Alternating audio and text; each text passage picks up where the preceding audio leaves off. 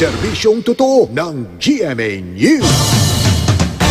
Sa mga kapuso nating nasa kabi-kabilang mga Christmas party ngayon, katulad po ng GMA na ngayon ang Christmas party, narito po ang sitwasyon sa ilan nating mga pangunahing kalsada.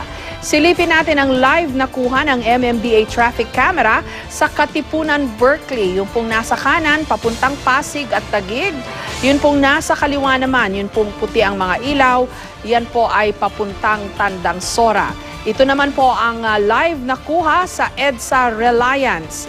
Yun pong nasa left, yan po ang northbound going to Quezon City, maluwag. Yung pong nasa kanan naman, yan po ay southbound going to Pasay. Medyo masikip pa rin ho. Samantala, katuwang ang Waze, mas lumawak pa ang paghahatid natin ng serbisyo publiko sa ating mga motorista. Ang Waze ay isang high-tech mobile application na nagbibigay ng real-time traffic update base sa report ng ating mga Wazer na nasa kalsada. Kamustahin natin ngayon ang daloy ng mga sasakyan sa E. Rodriguez Jr. Avenue. Yun pong paakyat, yan po ay papuntang Boni Serrano at yung pababa, yan po ay papuntang Pasig. Ito pong lane, nasa itaas, ayan po, ay medyo may kasikipan po, pulang-pula ho eh. Very heavy po ang traffic dyan. Tumatakbo lang ng 9 kilometers per hour ang average speed. Ito po namang nasa kabilang lane, yung medyo hindi gaanong mapula, light red lang po.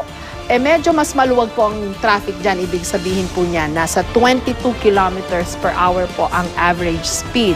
Tignan po naman natin ngayon ang sitwasyon sa Quezon Avenue. Ito po yung papuntang elliptical road dito ho sa Quezon City. Medyo hindi gaanong mapula, bagamat mabagal po yung itong average speed na yan.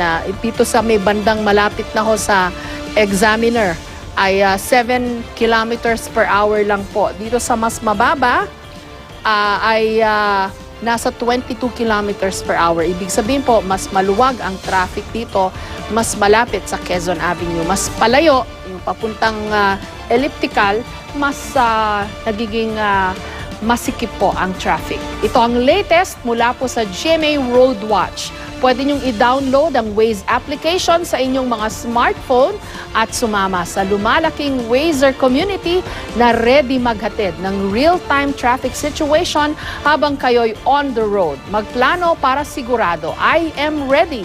Serbisyong totoo ng GMA News.